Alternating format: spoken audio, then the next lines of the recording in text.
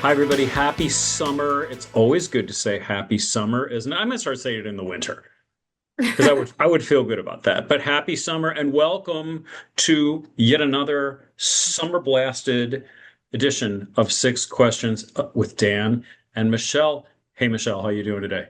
Oh, I'm doing good, Dan. How are you?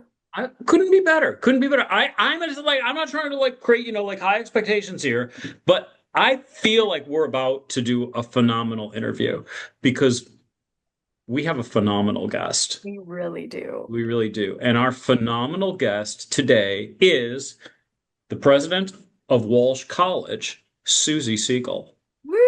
Hi, Woo, woo, Suzy. woo, woo, woo. Hi, Dan. Hi, Michelle. I'm so excited to be here.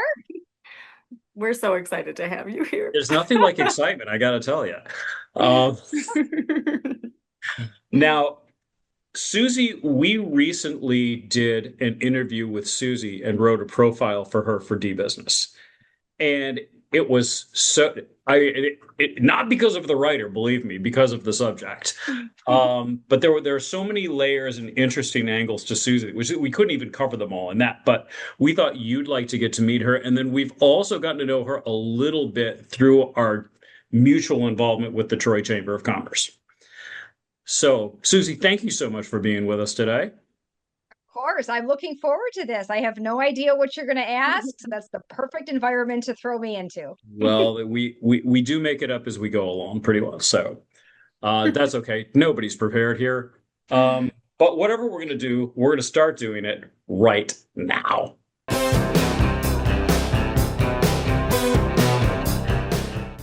Suzy, as previously mentioned, you are indeed the president of Walsh College. Suzy, what does the president of a college actually do? I know this is a question that everybody's asking because we can't look in the news, especially in Michigan, right, without asking, what does the president do? Well, first I will say I work very closely with our board of trustees and have a wonderful rapport with them as well as our leadership team. And it's a great question because when I think about my day, like I started my day meeting with one of our doctoral students in our number one Forbes ranked DBA program, and I will end my day talking to one of our students. But I also look at my role as really being the chief energy officer. In fact, I may have written a book on that, and fuel for our You leadership have. team because my job is to really pour into them so they can pour into the team at the college, who then pours into our students and alumni. So really it comes down to being the chief energy officer, the chief brand ambassador and champion, and really understanding the heart and soul of this college, which are the students and alumni. And it's for those who aren't familiar, because there could be people watching this from all over the place. Walsh College is primarily a business college. Suzy became president in, I believe it was 2022, right? After a Correct? year and a half or so as provost. Um, and it's so interesting because you think about like what does the leader of an organization do? And I think it's probably fair to say, unlike maybe some other jobs, it's not about performing tasks. It's about leading. Yeah. It's not that you never have a task to perform, but if all you're doing is performing tasks, that's not really leadership. And that seems to be what you were describing.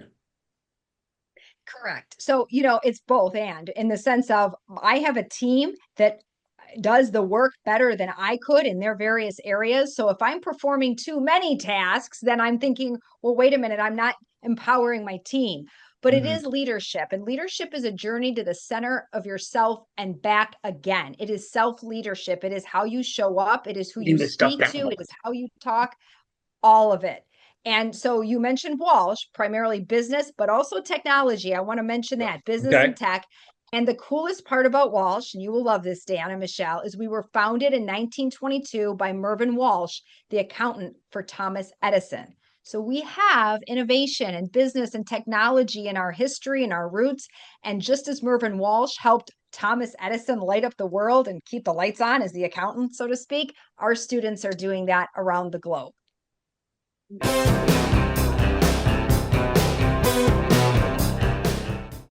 All right, Suzy, what subject changed the way that you see people the most? It's the subconscious mind. That's an easy one. And I know my team and those that are listening to this will say, oh, yes, specifically locus of control. So I had studied locus of control, location of where you believe control resides in your life for years. And when I understood that and understood what really drives us and how we can then take control of that mechanism to get better outcomes in our lives, it changed me. It changed my leadership. It changed how I show up. And it really is the heart and soul of what I teach in the course I teach in our doctoral program, high performance leadership, as well as how I lead and how I see the world and myself. It has been transformational. And that's why education is transformational, because you learn how to learn and you learn about yourself. And each time I got more education and I learned more, I showed up better as a leader. So how did you become involved with that, with studying and learning about locus of control? 2009, a lot of things were kind of tough for me in life. It was everything from relationships to, let's say, to finances to health. And I actually write about it in my book, Locus. And I'm not saying that to sell the book, although all book proceeds go to You're Walsh allowed to do College. that. You can do that. Yeah, I'm allowed to do that. Good. No, and I always say that. But I began looking at what happens in the brain. How is it that it functions the way it does? And how do we get in to reverse engineer it? So it really was a desire to change my own life, to improve it. And I knew I had more control and accountability than maybe I was feeling at the time, right? And I was like, okay, if I know this, how do I change it? And I was relentless in the pursuit of figuring it out. And so that was locus of control, several neuroscience certifications after. Dan knows this from the interview that we did. And it really was a deep journey, as I shared, to the center of ourselves and back again. And so I wrote the book that I wish somebody had given me in 2009. And it is incorporated into how I teach and how I work and how I look to show up as a leader. How long do you think that took you from when you started deep diving into it to really see a change? Well, to really see a change, I would Mhm. say about 4 years. And I don't Okay. think it has to take that long. I think it was one of those where I learned it, and then it's kind of like peeling back the layers. Yeah. But in that time, I learned a system, and that's built into the Thrive method, that we go deep and we really work to get deep change. But it comes down to awareness. It's really understanding that in life, we are responsible 100%, only always, for all of our decisions, our choices, our emotions, even if there are things in the world we can't necessarily master or control. We're responsible for how we show up. And when you take that radical responsibility, it removes the ego. And then the path to success and results are there. And that's what we want to see for our students as well. I think it's probably a good idea to put a little bit of definition to this idea for those who aren't familiar with it. Because when we think about the locus of control, there's the internal and external locus of control, as Suzy grabs for the book. And maybe just to give a really Yeah. crude example, I I cannot control if somebody goes and stands in my doorway right now and yells at me. That's completely outside my control. But I can control how I choose to respond to that. That's mine. So if I'm always being affected by what everybody else does, that's an external locus of control, which is not really healthy because everything else is controlling you. Whereas if I maintain the control in how I react and keep that within my own ability to respond, that's the internal. Yeah, so Dan, that's outstanding example. And let's look at the compass and the magnet. So I often liken it to a compass and a magnet. Your compass is your conscious mind, the goals that you want to achieve, right? Better finances, better health, better relationships, all the goals that we set for ourselves January 1st. The magnet is the subconscious mind. That's like 90%. That's what's really driving the bus. So to your point, if somebody's standing at the door yelling at you, well, yeah, that's their action. I might ask, as the magnet mind, is there anything that we might be doing to attract that into our world? So Okay. now we're getting a little deeper into, that's true. We don't always control everything, but we're really much more in control of things than we think. And sometimes when we see patterns repeat in our lives, we look inside and go, what am I doing that is bringing this into my orbit? Now, you also mentioned something important, the difference between problems and circumstance. Our problems are not in our circumstances. This is a tough thing for a lot of folks to get, and it was for me, so I can have heart for this. Our problems are in our resistance or our reaction to the circumstance. It doesn't mean there aren't circumstances we don't like. However, it's the resistance and the suffering we create in response. So If someone's yelling at your door, if they were yelling in a language you didn't understand, you wouldn't even know what they were saying. Wouldn't Yeah, I even would actually bother you. You prefer might that. just say, oh, it's a little loud. But when we understand it and we create that emotion of anger and fear and frustration and oh my goodness, that's what we can control. So this really is, and I highly recommend the book again because it gets you into the deep dive of how this works for business and leadership. This is not a long book. Business leaders do not have a lot of time. This is get in, get out, get results.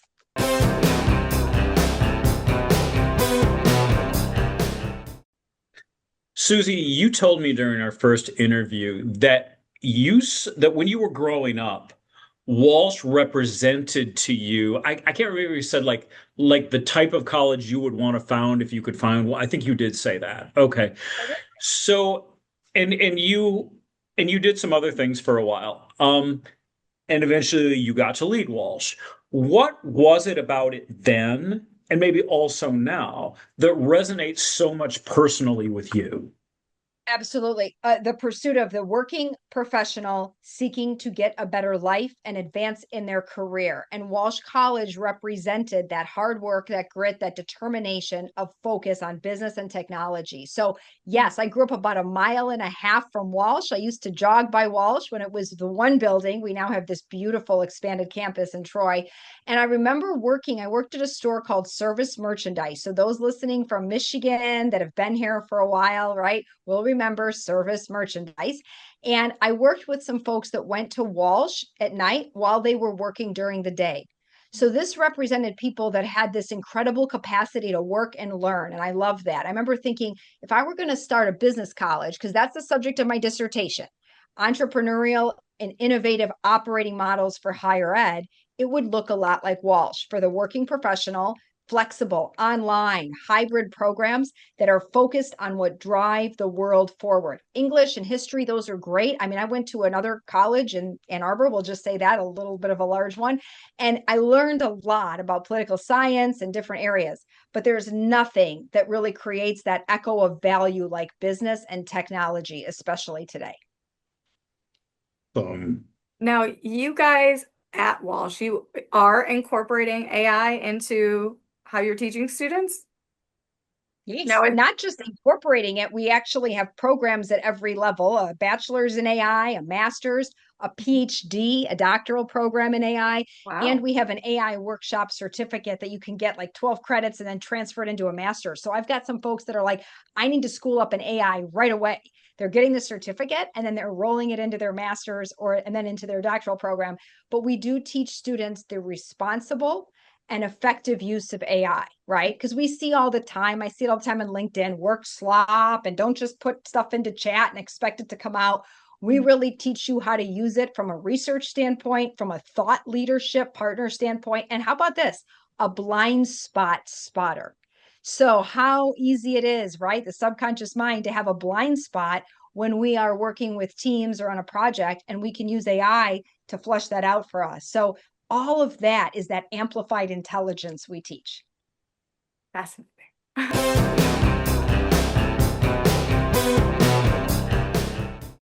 All right, Suzy, I'm going to jump back to what we were talking about, the locus of control, because I'm very curious how, if there is a way, how do you teach someone to take ownership without making them feel blamed?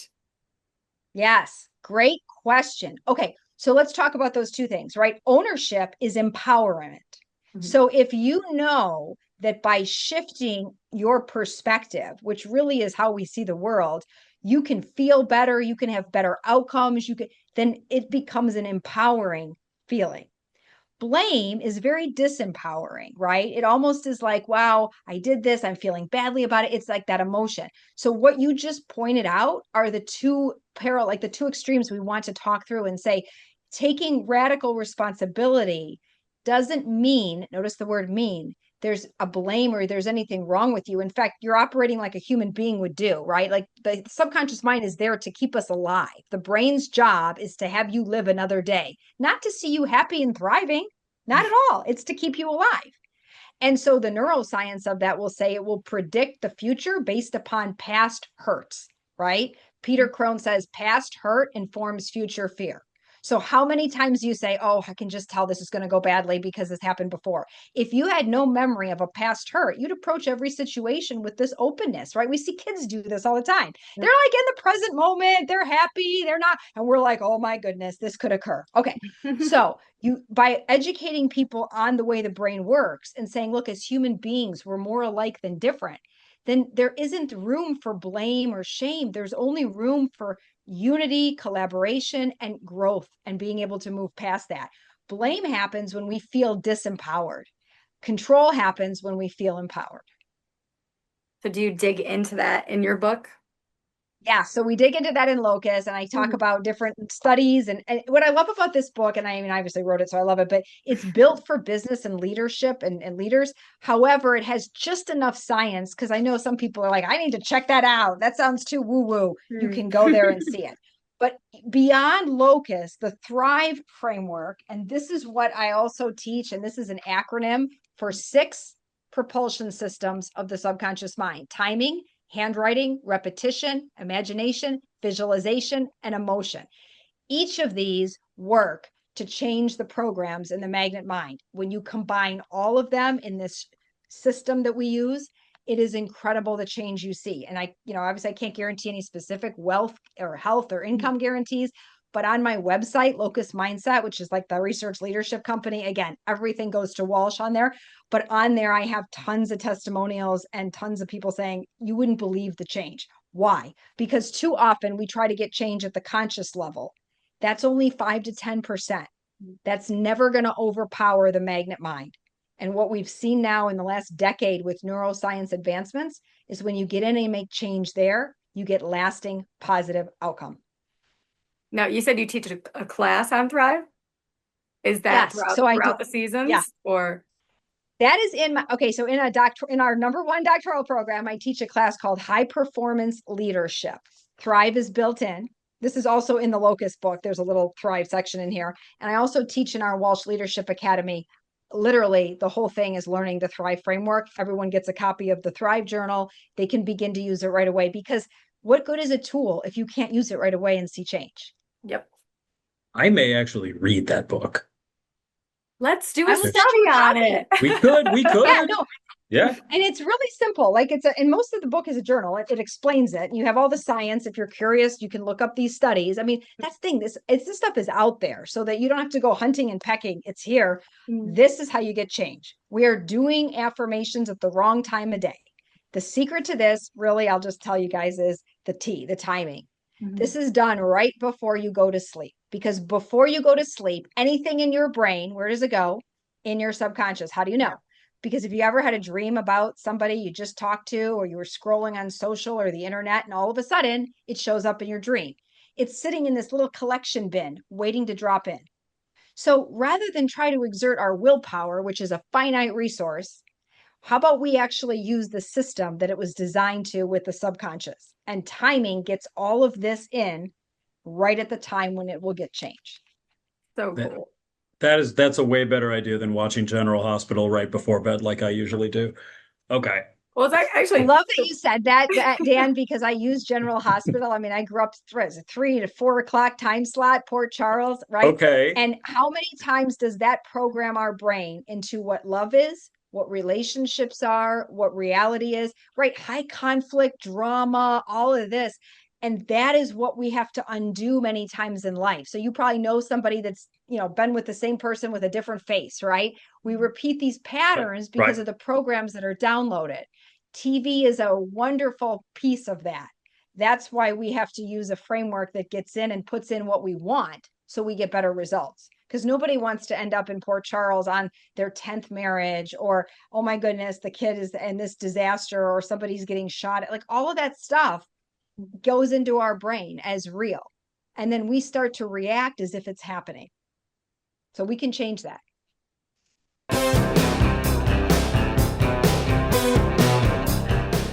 Okay, Suzy.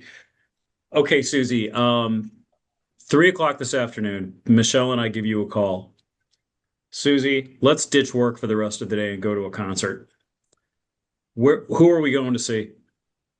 Well, probably one that's not super loud, right? I know. You know, if you had to ask me, I mean, I love the Eagles, right? I'm kind of Okay. a child of the 80s. I love 80s All music. right. So any like Billy Joel, the Eagles, I grew up on that. But I would say basically it depends on the crowd. I'd rather go with people that really enjoy being together, have great conversation. You know, we're going to talk about the subconscious mind on the drive out there. So Right. Right. And if we don't like the music, we'll Perfect. just talk about it during the concert too. Yeah. absolutely. Yeah. That's why it has to be quiet. No, I'm kidding. I know that's the biggest thing with concerts. We love them when we were younger. And then we're like, pay for it when we're older. We're like, oh man. Why is We that? literally pay for it now Yeah. when we're older because the tickets are like $500 and more now. Yeah. Unbelievable. We're a big fan of But 80s music over here. That's great. yes, that's true. We are. Okay. So at some point, we'll all go see an 80s band because it just seems like it's destiny. Yes, absolutely.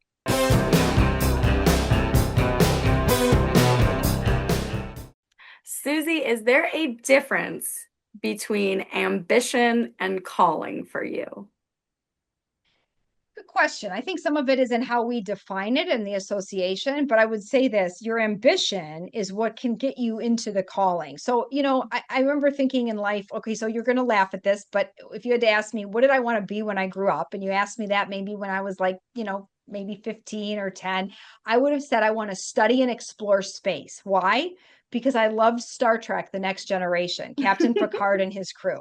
And what I loved about that is that it was adventurous. They were looking for new lands. They were doing it together. They were encountering new life forms, right? And they had a dynamic on that bridge with that bridge crew that exemplified the best of what I saw as leadership. So for me, I think about what are my natural, and I'm a person of faith. So I'll say God given strengths and abilities. Like, what am I put on this earth to do? That's probably more important than what I think I want to do. Because by the way, I learned to study and explore space, you need to take Calc 4. I didn't even have Calc 1. I Oof. took like advanced math topics and learned about fractals, hello Jurassic Park, to get out of calculus in high school and college. So there was not a lot of chance Susie's going to be an astronaut studying and exploring space. However, although now we have AI, so maybe we don't need Calc 4. However, for me, a calling is where your natural strengths, what you are really good at, align with the needs of the world because we're not on this earth another day for ourselves. We're here to help another person. So my ambition could be connected to that purpose, but it's really hollow unless it's connected to the purpose of doing something different. So when I think of a calling, I think of something you're pulled forward to do.